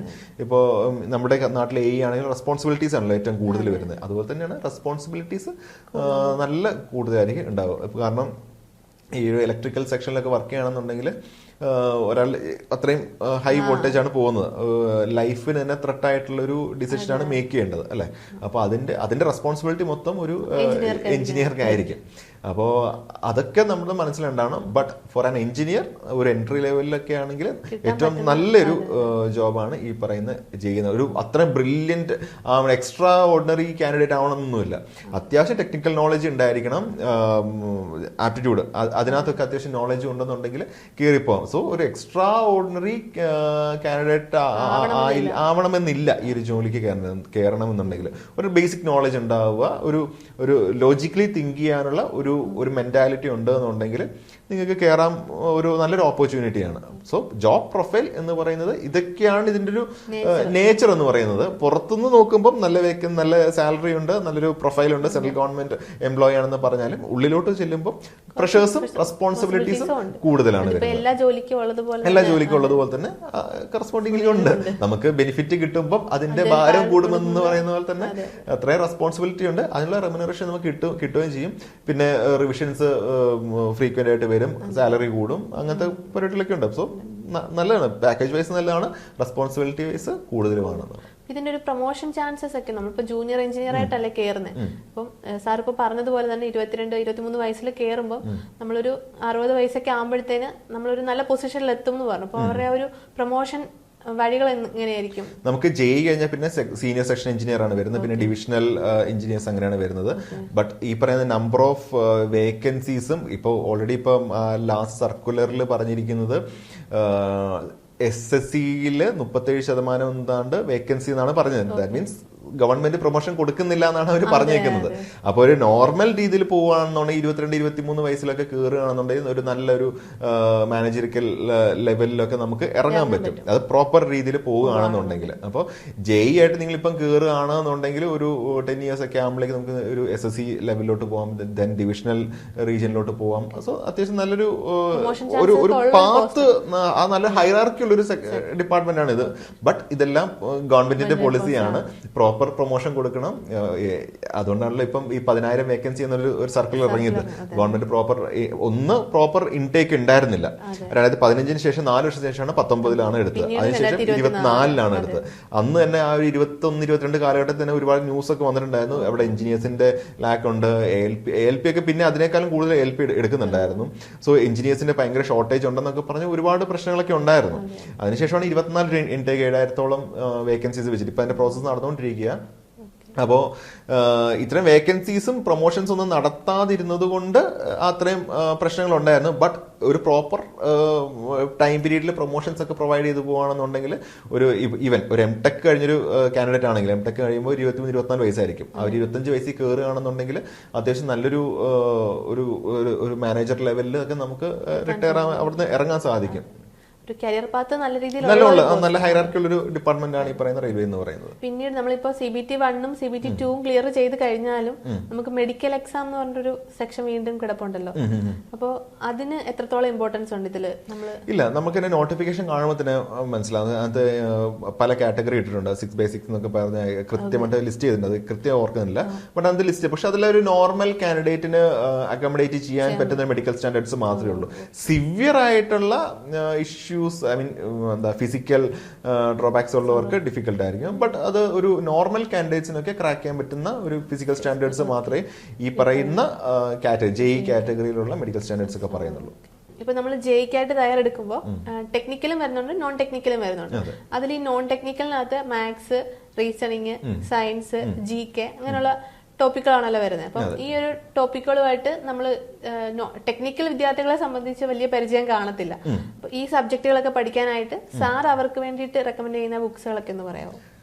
ബേസിക്കലി നമുക്ക് പറയുകയാണെന്നുണ്ടെങ്കിൽ ഈ നോൺ ടെക്നിക്കൽ ആയിട്ടുള്ള സബ്ജക്ട്സ് പഠിക്കാൻ വേണ്ടി ഇപ്പൊ സയൻസിന്റെ പഠിക്കണമെന്നാണ് ഒന്നും ചെയ്യേണ്ട. NCERTയുടെ ടെക്സ്റ്റ് ഡൗൺലോഡ് ചെയ്യുക. ഇപ്പം അത് അവൈലബിൾ ആണ്, നെറ്റിൽ തന്നെ അവൈലബിൾ ആണ്. ഒരു 10th 11th 12th ഒക്കെ അല്ലെങ്കിൽ 8th മുതലുള്ള ടെക്സ്റ്റ് ഒക്കെ അവൈലബിൾ ആണ് സയൻസ് പഠിക്കാൻ വേണ്ടി. അപ്പം അത് ഡൗൺലോഡ് ചെയ്യുക, ദെൻ അത് പ്രിപ്പയർ ചെയ്യുക. അത് മാത്രമാണ് നമുക്ക് ചെയ്യാനുള്ളത്. ദെൻ ആപ്റ്റിറ്റ്യൂഡ് ഒക്കെ ആണെങ്കിൽ ഒരുപാട് പബ്ലിക്കേഷൻസ് ഒക്കെ ഉണ്ട്. ഈ ചാന്ദ് പബ്ലിക്കേഷൻസ് ഒക്കെ പറയുന്ന അത് ഓൾ ഇന്ത്യ ബേസ് ഉള്ള GK പബ്ലിക്കേഷൻസ് ഉണ്ട്. അവരുടെയൊക്കെ ടെക്സ്റ്റുകളൊക്കെ അത്യാവശ്യം നല്ലതാണ്. അതൊക്കെ നിങ്ങൾ വാങ്ങിച്ച് അതിൽ സോഫ്റ്റ് കോപ്പി അല്ലെങ്കിൽ അവൈലബിൾ ആയിരിക്കും. സോഫ്റ്റ് കോപ്പി അവൈലബിൾ ആണെന്ന് അറിയില്ല, ഹാർഡ് കോപ്പി അല്ലെങ്കിൽ പ്രധാനമായിട്ട് കണ്ടേക്കുന്നത്. അപ്പോൾ അതൊക്കെ നിങ്ങൾ വാങ്ങിച്ച് കയ്യിൽ വെച്ച് പഠിക്കുകയാണെന്നുണ്ടെങ്കിൽ പിന്നെ ഈ ബാങ്ക് എക്സാംസിന്റെ ടെക്സ്റ്റ് ബുക്കുകളുണ്ടല്ലോ, അപ്പോൾ അതിനകത്തൊക്കെ ഇതിനേക്കാൾ കുറച്ചുകൂടി നല്ല കണ്ടന്റുകൾ ഉണ്ടായിരിക്കും. അത് വാങ്ങിച്ച് കയ്യിൽ വെച്ച് പഠിക്കുകയാണെന്നുണ്ടെങ്കിൽ നിങ്ങൾക്ക് ഈ പറയുന്ന CBT 1 മെയിൻ നോൺ ടെക്നിക്കലും CBT 2 നോൺ ടെക്നിക്കലും ആയിട്ടുള്ള ടോപ്പിക്സ് ക്ലിയർ ചെയ്യാൻ സാധിക്കും. ദെൻ ഈ സയൻസ് സബ്ജക്റ്റുകൾക്ക് വേണ്ടി NCERTയുടെ തന്നെയായിരിക്കും നല്ലത്. ബട്ട് നിങ്ങൾ പഠിക്കുമ്പോൾ എല്ലാം ഇങ്ങനെ വാരിക്കോരി പഠിക്കണമെന്ന് ഒരു കാര്യം വരുന്നില്ല. കാരണം ഈ ഒരു ടെക്സ്റ്റ് ബുക്ക് വാങ്ങിക്കുവാണെങ്കിൽ എല്ലാ ടൈപ്പ് കണ്ടന്റുകൾ ഉണ്ടായിരിക്കും. അപ്പൊ നിങ്ങളുടെ സിലബസ് നോക്കി ആ സിലബസ് വൈസ് തന്നെ പോവുക. എല്ലാം വാരി പഠിക്കാൻ നമ്മുടെ സമയം, അതെ നമ്മുടെ സമയം എന്ന് പറയുന്നത് വളരെ പ്രഷ്യസ് ആണല്ലോ. അപ്പൊ സമയം കളയാതിരിക്കാൻ വേണ്ടി സിലബസ് നോക്കുക, ടോപ്പിക് വൈസ് മാത്രം നിങ്ങൾ നോക്കുക. പിന്നെ കറണ്ട് അഫയേഴ്സിന്റെ കേസ് പറയുകയാണെന്നുണ്ടെങ്കിൽ ഒരുപാട് സൈറ്റുകൾ ഇപ്പം അവൈലബിൾ, അതായത് കോമ്പറ്റേറ്റീവ് എക്സാംസിന് വേണ്ടി കറണ്ട് അഫയേഴ്സ് പ്രൊവൈഡ് ചെയ്യാൻ വേണ്ടി തന്നെ ഒരുപാട് സൈറ്റുകളുണ്ട്. അപ്പോൾ അവരുടെ സൈറ്റിൽ കയറി നിങ്ങൾ നോക്കുകയാണെന്നുണ്ടെങ്കിൽ ഈ മന്തിൽ ഇത്രത്തോളം ആണ് നിങ്ങൾ പഠിക്കേണ്ടത്, അല്ലെങ്കിൽ പെർ ഡേ ഇപ്പം ഇന്ന് കയറി നോക്കുകയാണെങ്കിൽ ഇന്നത്തെ കണ്ടന്റുകളൊക്കെ PDF ആയിട്ട് കിട്ടും. അല്ലെങ്കിൽ 1 മന്ത്, ഇപ്പം ഇതിപ്പോൾ സെപ്റ്റംബറിൽ ഓഗസ്റ്റ് മാസത്തിൽ പ്രധാനപ്പെട്ട കറണ്ട് അഫയേഴ്സ് കണ്ടന്റുകൾ എന്തൊക്കെയാണെന്ന് ഒരു PDF കിട്ടും. അങ്ങനെയൊക്കെ ഇപ്പം ഏറ്റവും നല്ലത് പെർ ഡേ എടുത്ത് പഠിക്കുന്നതാണ് ഏറ്റവും നല്ലത്. അപ്പോൾ ഇഷ്ടംപോലെ റിസോഴ്സസ് ഉണ്ട്. ഈ പറയുന്ന PDF ആയിട്ട് ഫ്രീ ആയിട്ട് കിട്ടുന്ന റിസോഴ്സസ് ഉണ്ട്. അല്ലെങ്കിൽ പത്രം വായിക്കുക, ഡെയിലി 1-2 പത്രങ്ങൾ പ്രോപ്പർ ആയിട്ട് വായിക്കുകയാണെന്നുണ്ടെങ്കിൽ കറണ്ട് അഫയേഴ്സ് നിങ്ങൾക്ക് ചെയ്യാൻ പറ്റും. ദെൻ ഈ അല്ലാതെ ഹിസ്റ്ററി അതൊക്കെയാണെങ്കിൽ നിങ്ങൾ ഈ പറയുന്ന രീതിയിൽ തന്നെ previous year question papers refer ചെയ്തിട്ട്, യൂഷ്വലി ഒരു ഫസ്റ്റ് ഫ്രീഡം ഫൈറ്റ് 1857 മുതലുള്ള കാര്യങ്ങളൊക്കെ ആയിരിക്കും യൂഷ്വലി എക്സാംസിനൊക്കെ ചോദിച്ച് കാണാറുള്ളത്. അപ്പം അവിടെ മുതലുള്ളത് എല്ലാം പഠിച്ച് തീർക്കണമെന്നുണ്ടെങ്കിൽ അത്യാവശ്യം നല്ല ടൈം വേണം. സോ പ്രീവിയസ് എക്സാംസിന്റെ ക്വസ്റ്റ്യൻ പേപ്പർ റെഫർ ചെയ്യുക, ഇത് എവിടെ നിന്നൊക്കെയാണ് കൂടുതൽ ചോദിച്ചിരിക്കുന്നതെന്നും മനസ്സിലാക്കിയിട്ട് അതിനെ ഫോക്കസ് ചെയ്ത് പഠിക്കുന്നതായിരിക്കും നല്ലത്. ദെൻ ജിയോഗ്രഫി നമുക്കൊന്നും പറയാനില്ല, ജിയോഗ്രഫി പഠിക്കുക, അല്ലാതെ വേറെ ഒന്നും ചെയ്യാനുള്ള കാര്യമില്ല. അപ്പോൾ ഇന്ത്യൻ ജിയോഗ്രഫിയും കാര്യങ്ങളൊക്കെ കൃത്യമായിട്ട് ഈ പറയുന്ന GK പബ്ലിക്കേഷൻസ് ഉണ്ട്, ചാൻ പബ്ലിക്കേഷൻസ് ഉണ്ട്, അങ്ങനത്തെ സാർ പറഞ്ഞ പ്രീവിയസ് ഇയറിലെ ക്വസ്റ്റ്യൻസ് അനലൈസ് ചെയ്ത് ഏത് ഏരിയയിലാണോ ഫോക്കസ്. അതെ അതെ അതെ. അതിപ്പം ഈ JEE-യുടെ കംപ്ലീറ്റ് CBT 1 ആണെങ്കിലും CBT 2 ആണെങ്കിലും ശരി, പ്രീവിയസ് ഇയറിന്റെ റെഫറൻസസ് എടുക്കുക, അതുകൊണ്ട് പാറ്റേൺ എന്താ നിങ്ങൾ മനസ്സിലാക്കുക. ഇപ്പൊ നമ്മുടെ ടെക്നിക്കലിന്റെ കേസ് പറയുകയാണെന്നുണ്ടെങ്കിൽ ഒരിക്കലും ഒരു ഗേറ്റ് ലെവലോ അല്ലെങ്കിൽ ISRO എക്സാമിന്റെ ലെവലോ ഒന്നും അല്ല ഇവരുടെ എക്സാം വരുന്നത്. കുറച്ചുകൂടെ സിമ്പിൾ ആണ്, സിമ്പിൾ ടോപ്പിക്സ് ഒക്കെ, ബേസിക് ടോപ്പിക്സ് മാത്രമേ വരുന്നുള്ളൂ. അപ്പോൾ ആ ക്വസ്റ്റ്യൻ പേപ്പർ നിങ്ങൾ നോക്കിയിട്ട് അനലൈസ് ചെയ്യുക, ഏത് ലെവലിലാണ് ചോദിക്കുന്നത്. ഇപ്പൊ GK ആണെങ്കിലും ആപ്റ്റിറ്റ്യൂഡ് ആണെങ്കിലും കറണ്ട് അഫയേഴ്സ് ആണെങ്കിലും യൂഷ്വലി കറണ്ട് അഫയേഴ്സ് ഒക്കെ 6 മന്ത്സിനുള്ളിലുള്ള കാര്യങ്ങളൊക്കെയാണ് ചോദിക്കാറ്. അതിൽ കൂടുതൽ അങ്ങോട്ട് പോകേണ്ട കാര്യം ചോദിച്ചു കണ്ടിട്ടില്ല. അപ്പം ആ ഒരു ക്വസ്റ്റ്യൻ പാറ്റേൺ RRB JEE-യുടെ രീതി ആയിരിക്കത്തില്ല SSC-യുടെ വരുന്നത്, അതുപോലെയല്ല നമ്മുടെ KPSC വരുന്നത്. അപ്പോൾ JEE-യുടെ ക്വസ്റ്റ്യൻ പാറ്റേൺ എങ്ങനെയാണ് മനസ്സിലാക്കിയിട്ട് റിസോഴ്സസ് നിങ്ങൾ എടുക്കുക, അതനുസരിച്ചിട്ട് വേണം നിങ്ങൾ പ്രാക്ടീസ് ചെയ്യാൻ വേണ്ടി. സാർ ഇപ്പൊ പറഞ്ഞത് വളരെ ഇമ്പോർട്ടന്റ് ആയിട്ടുള്ള ഒരു പോയിന്റാണ്. കാരണം മോക്ക് ടെസ്റ്റുകൾ എന്ന് പറയുന്നത് ഇതിന് നല്ലൊരു പാർട്ട്, നമ്മുടെ മാർക്കിന്റെ നല്ലൊരു പാർട്ട് ഡിപ്പെൻഡ് ചെയ്യുന്നത് നമ്മൾ എത്രത്തോളം മോക്ക് ചെയ്തു എന്നതിനെ ആയിരിക്കും. മോക്ക് ടെസ്റ്റുകളിലൂടെ നമുക്ക് മാക്സിമം ക്വസ്റ്റ്യൻസ് ഒക്കെ പരിചയപ്പെടാൻ പറ്റത്തുള്ളൂ. ഇപ്പൊ നമ്മൾ എക്സാം ഹാളിൽ ചെന്ന് ഫസ്റ്റ് ടൈം എഴുതുമ്പോൾ നമുക്ക് ഈ ഒരു ക്വസ്റ്റ്യൻ കാണുമ്പോൾ എങ്ങനെ ചെയ്യണം എന്ന് ചിന്തിച്ചിരിക്കേണ്ടി വരുന്നത് മോക്ക് ടെസ്റ്റ് ചെയ്യാതെ പോകുന്നോണ്ടായിരിക്കത്തില്ലേ? അതെ അതെ. ബേസിക്കലി എപ്പോൾ നമ്മുടെ കോമ്പറ്റേറ്റീവ് എക്സാംസിന്റെ കേസ് പറയുന്നതാണ്, ഇപ്പോൾ ഒരു OMR ഷീറ്റ് നിങ്ങൾ തന്നെ പ്രിന്റ് എടുത്ത് വെച്ചിട്ട് ഒരു ടൈമർ സെറ്റ് ചെയ്ത്, ഇപ്പോൾ for example 100 question 90 minutes set ചെയ്തിട്ട് നിങ്ങൾ തന്നെ ചെയ്യുക. എന്നാൽ മാത്രമേ ടൈം മാനേജ്മെന്റ് എന്ന് പറയുന്ന ആ ഒരു കൺസ്ട്രെയിന്റ് നിങ്ങൾക്ക് ഓവർകം ചെയ്യാൻ പറ്റുള്ളൂ. ഞാൻ നേരത്തെ പറഞ്ഞ പോലെ നിങ്ങൾക്ക് ഒരു ക്വസ്റ്റ്യൻ അറിയാം ആ ക്വസ്റ്റ്യൻ, പക്ഷെ ആ ക്വസ്റ്റ്യൻ കിട്ടാൻ വേണ്ടി നിങ്ങൾ ഒരു പക്ഷേ 2 മിനിറ്റ് സ്പെൻഡ് ചെയ്താൽ അപ്പുറം ഒരു 3 ക്വസ്റ്റ്യൻ ആയിരിക്കും നിങ്ങൾക്ക് മിസ്സായി പോകുന്നത്. അപ്പൊ അത് വൈസ്ലി ടാക്കിൾ ചെയ്യണമെന്നുണ്ടെങ്കിൽ ഈ പറയുന്ന മോക്ക് ടെസ്റ്റുകൾ അറ്റൻഡ് ചെയ്താൽ മാത്രമേ നിങ്ങൾക്ക് ഒരുപാട് സൈറ്റുകൾ ഇഷ്ടംപോലെ ഉണ്ട്. JEE നമുക്ക് ഓൺലൈൻ എക്സാം ആണല്ലോ വരുന്നത്. നമ്മൾ ഓൺലൈനിൽ തന്നെ പ്രാക്ടീസ് ചെയ്തെങ്കിലല്ല നമുക്ക് ആ ഒരു സ്പീഡും കാര്യങ്ങളും അതുമായിട്ട് യൂസ് ആവത്തുള്ളൂ. അതെ, ഇഷ്ടംപോലെ ഫ്രീ സൈറ്റുകളുണ്ട്. ഫ്രീ ആയിട്ട് നമ്മൾ രജിസ്റ്റർ ചെയ്യുകയാണെങ്കിൽ ഈ പറയുന്ന ഓൺലൈൻ ആയിട്ടുള്ള RRB പോലുള്ള ഈ ഓൺലൈൻ CBT പോലുള്ള തന്നെയുള്ള ക്വസ്റ്റ്യൻസ് നിങ്ങൾക്ക് സൈഡിൽ ടൈമർ കാണും, നിങ്ങൾക്ക് ആ ടൈം വെച്ചിട്ട് നിങ്ങൾക്ക് ചെയ്ത് നോക്കാം. അങ്ങനെ ചെയ്താൽ മാത്രമേ നിങ്ങൾക്ക് പ്രോപ്പർ ആയിട്ടുള്ള ഒരു ടൈം മാനേജ്മെന്റ് കിട്ടുള്ളൂ. നമുക്ക് CBT 1 എന്ന് വെച്ചാൽ 90 മിനിറ്റ്സിൽ 100 ക്വസ്റ്റ്യൻസ് ആണ് വരുന്നത്. 1 മിനിറ്റ് പോലും കിട്ടില്ല ഒരു ക്വസ്റ്റിന് വേണ്ടി. അപ്പോൾ ആ ടൈം മാനേജ്മെന്റ്, അതിൽ തന്നെ ഒരു 80 മാർക്കെങ്കിലും സ്കോർ ചെയ്താലേ നിങ്ങൾക്ക് ഒരു ക്രാക്ക് ചെയ്യാൻ നിങ്ങൾക്ക് പറയാൻ പറ്റുള്ളൂ. അപ്പൊ അത് ചെയ്യണമെന്നുണ്ടെങ്കിൽ അത്രയും ഫാസ്റ്റ് ആയിട്ട് ചെയ്യണം. അതായത് 90 മിനിറ്റിൽ നിങ്ങൾ ഒരു 90 ക്വസ്റ്റ്യൻ എങ്കിലും ചെയ്താൽ മാത്രമേ അതൊരു 10 പോയെന്ന് വിചാരിക്കാം, പോട്ടെന്ന് വിചാരിക്കാം. അതെ, അപ്പൊ ഒരു അത്രയും ഒരു സേഫ് സോണിൽ എത്തണം എന്നുണ്ടെങ്കിൽ 80+ മാർക്ക് വേണം. അത് 100 കറപ്പിച്ചാൽ മാത്രമേ നിങ്ങൾ സേഫ് ആണെന്ന് പറയാൻ പറ്റുള്ളൂ. ശരി, അത്രയും ശരി ഉണ്ടായിരിക്കണം. അപ്പോ അത്രയും ഫാസ്റ്റ് ആയിട്ട് ചെയ്യണം, ആക്യുറേറ്റ് ആയിട്ട് ചെയ്യണം എന്നുണ്ടെങ്കിൽ ഒന്ന് മോക്ക് ടെസ്റ്റ് കൃത്യമായിട്ട് ഈ ഒരു ടൈമർ വെച്ചിട്ട് തന്നെ, അല്ലാതെ നിങ്ങൾക്ക് ഇഷ്ടമുള്ള ടൈമിൽ ഒരു 2 മണിക്കൂറിൽ കൊണ്ട് 100 ക്വസ്റ്റ്യൻ ചെയ്യുന്നതിൽ അർത്ഥമില്ല. 90 മിനിറ്റിൽ കൊണ്ട് തന്നെ 100 ക്വസ്റ്റ്യൻ ചെയ്യണം. ഒന്ന് മോക്ക് ടെസ്റ്റ് ചെയ്യണം, ദെൻ ഈ നെഗറ്റീവ് മാർക്ക് മാനേജ് ചെയ്യണം. നിങ്ങൾക്ക് അറിയില്ല അല്ലെങ്കിൽ 50% ആണെന്നുണ്ടെങ്കിൽ അത് എലിമിനേറ്റ് ചെയ്യാനുള്ള ഒരു മെന്റൽ കേപ്പബിലിറ്റിയും കൂടെ നിങ്ങൾ ഡെവലപ്പ് ചെയ്തെടുക്കണം. ആ ഒരു മെന്റൽ കേപ്പബിലിറ്റി ഉണ്ടെങ്കിൽ മാത്രമേ എന്നാൽ ഇത് ഞാൻ വിട്ട് ശരിയോ തെറ്റോ എന്ത് വേണ്ടാവട്ടെ, ആ ഒരു നെഗറ്റീവ് മാർക്ക് വരാതിരിക്കാൻ വേണ്ടി, ഒരു മാർക്ക് കിട്ടുന്നതിനേക്കാളും നല്ലത് ആണ് നെഗറ്റീവ് മാർക്ക് വരാതിരിക്കുന്നത്. അപ്പൊ ആ ഒരു ഒരു കേപ്പബിലിറ്റി ഡെവലപ്പ് ചെയ്യണമെന്നുണ്ടെങ്കിൽ മോക്ക് ടെസ്റ്റുകളും റിവിഷനും സെക്കൻഡ്ലി വേണ്ട റിവിഷനാണ്. പ്രോപ്പർലി റിവൈസ് ചെയ്യുക ഓരോ ടോപ്പിക്കുകളും.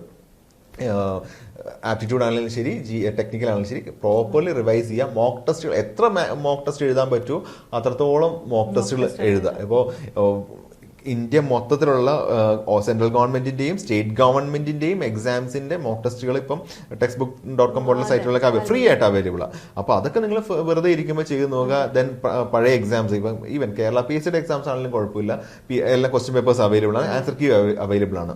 PDF ഡൗൺലോഡ് ചെയ്യുക, വെറുതെ ഒന്ന് ചെയ്ത് നോക്കുക. അപ്പോൾ ഒരു 100 ക്വസ്റ്റ്യൻ ചെയ്താൽ അതിനകത്ത് നിന്ന് നിങ്ങൾക്ക് മിനിമം ഒരു 5 ക്വസ്റ്റ്യൻ എങ്കിലും നിങ്ങൾക്ക് നിങ്ങൾ എഴുതാൻ പോകുന്ന എക്സാമിന് ഗുണപ്പെടും. നിങ്ങൾ എഴുതാൻ പോകുന്ന JEE എക്സാമിന് ഉപകാരപ്പെടും. 100 ക്വസ്റ്റ്യൻ ചെയ്യാൻ. അതെ അതെ അതെ ഓക്കെ ഇതാണ് നമ്മുടെ ക്വസ്റ്റ്യൻ മോഡൽ, ഇത് ഇങ്ങനെയാണ് ആൻസർ എന്ന് നിങ്ങൾക്ക് ഒരു ഐഡിയ കിട്ടും. സോ നിങ്ങൾക്ക് ഡെഫിനറ്റ്ലി നിങ്ങൾക്ക് എത്ര മോക്ക് ടെസ്റ്റുകൾ അറ്റൻഡ് ചെയ്യുന്നോ അത്രത്തോളം അഡ്വാൻറ്റേജ് ആണ് എന്ന് നമുക്ക് പറയാൻ പറ്റുന്നത്. ഇപ്പൊ ജെയ്ക്കായിട്ട് സ്റ്റുഡൻസ് തയ്യാറെടുക്കുമ്പോൾ ചിലരൊക്കെ സെൽഫ് സ്റ്റഡി ചെയ്യാം എന്ന് വിചാരിച്ചിരിക്കുന്നവരുണ്ടാവും. ചിലർക്ക് സെൽഫ് സ്റ്റഡി ചെയ്യാമെന്ന് വിചാരിച്ചാലും അവർക്കൊരു ഗൈഡൻസ് ഇല്ലെങ്കിൽ അവര് ബൂസ്റ്റപ്പായി വരത്തില്ല.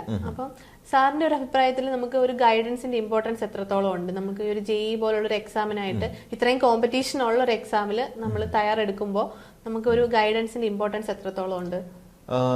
ഈ ഗൈഡൻസിന്റെ പോയിന്റ് ഓഫ് വ്യൂ പറയുകയാണെന്നുണ്ടെങ്കിൽ ഇപ്പോൾ ഒരു 2025 പാസ് ഔട്ട് ആയ ഒരു ബിടെക് കാൻഡിഡേറ്റ് എന്ന് വിചാരിക്കുക.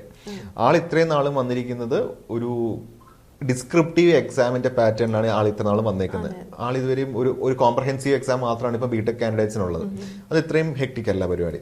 അപ്പോൾ എങ്ങനെയാണ് ഒരു ഒബ്ജക്റ്റീവ് എക്സാം അറ്റൻഡ് ചെയ്യേണ്ടത്, അതിന്റെ ഒരു ടാക്ടിക്സ് എന്താന്നൊക്കെ അവർക്ക് ഒരുപക്ഷെ ഒരു അന്യമായിരിക്കും അവർക്ക്. അപ്പോൾ അതിനൊരു ഗൈഡൻസ് വേണം. കിട്ടുകയാണെന്നുണ്ടെങ്കിൽ അവർക്ക് കുറച്ചും കൂടെ നല്ല രീതിയിൽ പെർഫോം ചെയ്യാൻ സാധിക്കും നെക്സ്റ്റ് ലെവലിലോട്ട്. അതെ, ഡിസ്ക്രിപ്റ്റീവില് നല്ല രീതിയിൽ എഴുതി നല്ല നോളജ് കാണും. പക്ഷെ ഒബ്ജക്റ്റീവ് വരുമ്പോഴേക്കും ആ നോളജ് എങ്ങനെയാണ് നമ്മൾ മാനേജ് ചെയ്യേണ്ടത് എന്നുള്ളത് രീതിയിലൊക്കെ ഒരു ഐഡിയ കിട്ടണമെന്നുണ്ടെങ്കിൽ അതിൽ എക്സ്പീരിയൻസ്ഡ് പേഴ്സൺ പറഞ്ഞു കൊടുക്കുകയാണെങ്കിൽ ഏറ്റവും ബെറ്റർ ആയിരിക്കും. എക്സാം എഴുതിയിട്ടുള്ള ആൾക്കാർ, എക്സാമിന് വേണ്ടി പഠിപ്പിച്ചിട്ടുള്ള ആൾക്കാരൊക്കെ പറഞ്ഞു കൊടുക്കുകയാണെന്നുണ്ടെങ്കിൽ അതൊരു നല്ല കാര്യം തന്നെയാണ്. ഒന്ന്, ഈ പറയുന്ന രീതിയിൽ ഒരു ഇങ്ങനെ പരന്നൊഴുകിക്കൊണ്ടിരിക്കുന്ന ആളെ കുറച്ചുകൂടെ നാരോ ആക്കി പ്രോപ്പർ പാത്തിലോട്ട് പോകാൻ സാധിക്കും ഒരു ഗൈഡൻസ് കിട്ടുകയാണെന്നുണ്ടെങ്കിൽ. സോ ബെറ്റർ ഏതെങ്കിലും ഒരു പ്രോപ്പർ ഗൈഡൻസ് എടുക്കുക. അത് ഏത് തരത്തിലാണെങ്കിലും ശരി.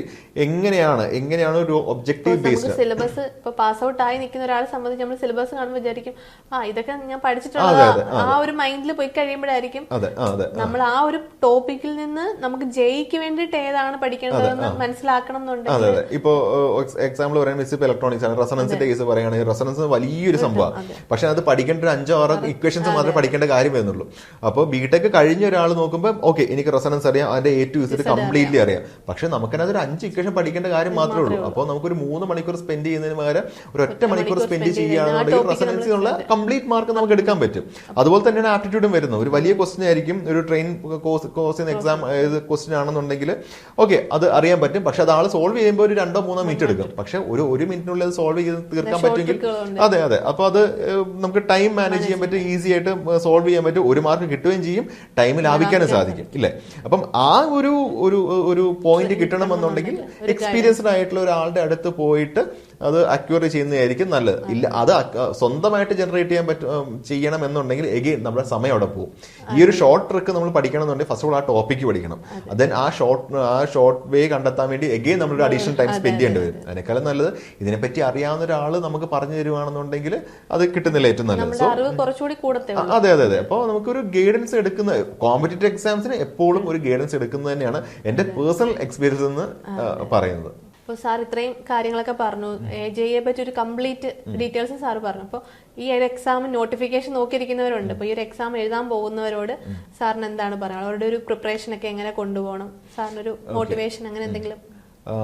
ഫസ്റ്റ്ലി നേരത്തെ പറഞ്ഞത് നമ്മൾ ഡിസ്കസ് ചെയ്ത പോലെ തന്നെയാണ് ഫസ്റ്റ് പറയുന്നത്. ഈ ഒരു എക്സാം എന്ന് മാത്രം നിങ്ങൾ ഇരിക്കരുത്, വേറെ എക്സാമിന് ഉപകാരപ്പെടും എന്നുള്ളൊരു തോട്ടിലോട്ടിരിക്കും. കാരണം ഇത് കിട്ടിയില്ല എന്ന് പറഞ്ഞ് ഡെസ്പ് ആവേണ്ട കാര്യം വരുന്നില്ല. കാരണം നല്ല കോമ്പറ്റീഷനാണ്, വേക്കൻസി കുറവാണ്.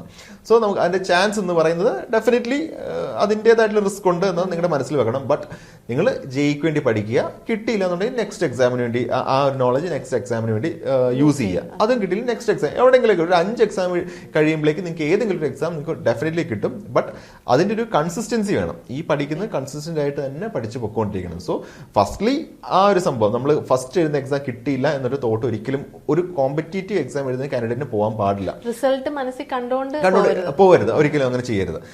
ഫ്യൂച്ചറിൽ റിസൾട്ട് ഉണ്ടാവുന്ന ചിന്തിക്കണം.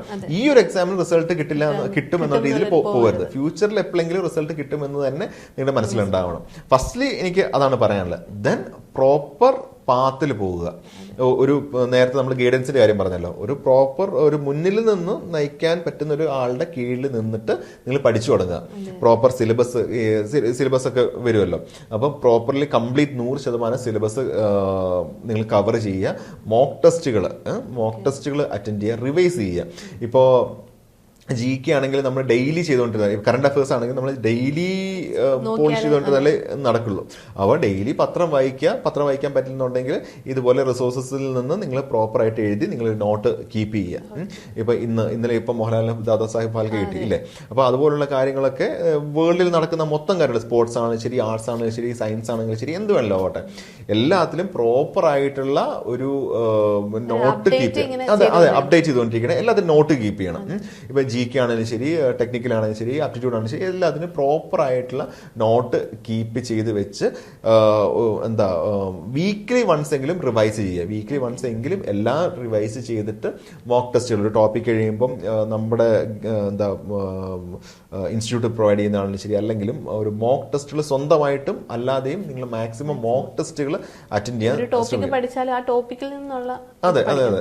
ഒരു ടോപ്പിക് പഠിച്ചാൽ അതിൽ നിന്നൊരു മിനിമം 100 ചോദ്യമെങ്കിലും നിങ്ങൾ നോക്കണം. ഇപ്പോൾ എഞ്ചിനീയറിംഗ് എക്സാമിനെ പറ്റി പറയുകയാണെന്നുണ്ടെങ്കിൽ ഒരു സെറ്റ് ഓഫ് ക്വസ്റ്റ്യൻസ് മാത്രമേ ഉള്ളൂ. അതിൽ കൂടുതൽ ചോദിക്കാൻ പ്രത്യേകിച്ച് ക്വസ്റ്റ്യൻസ് ഒന്നും ഇല്ല.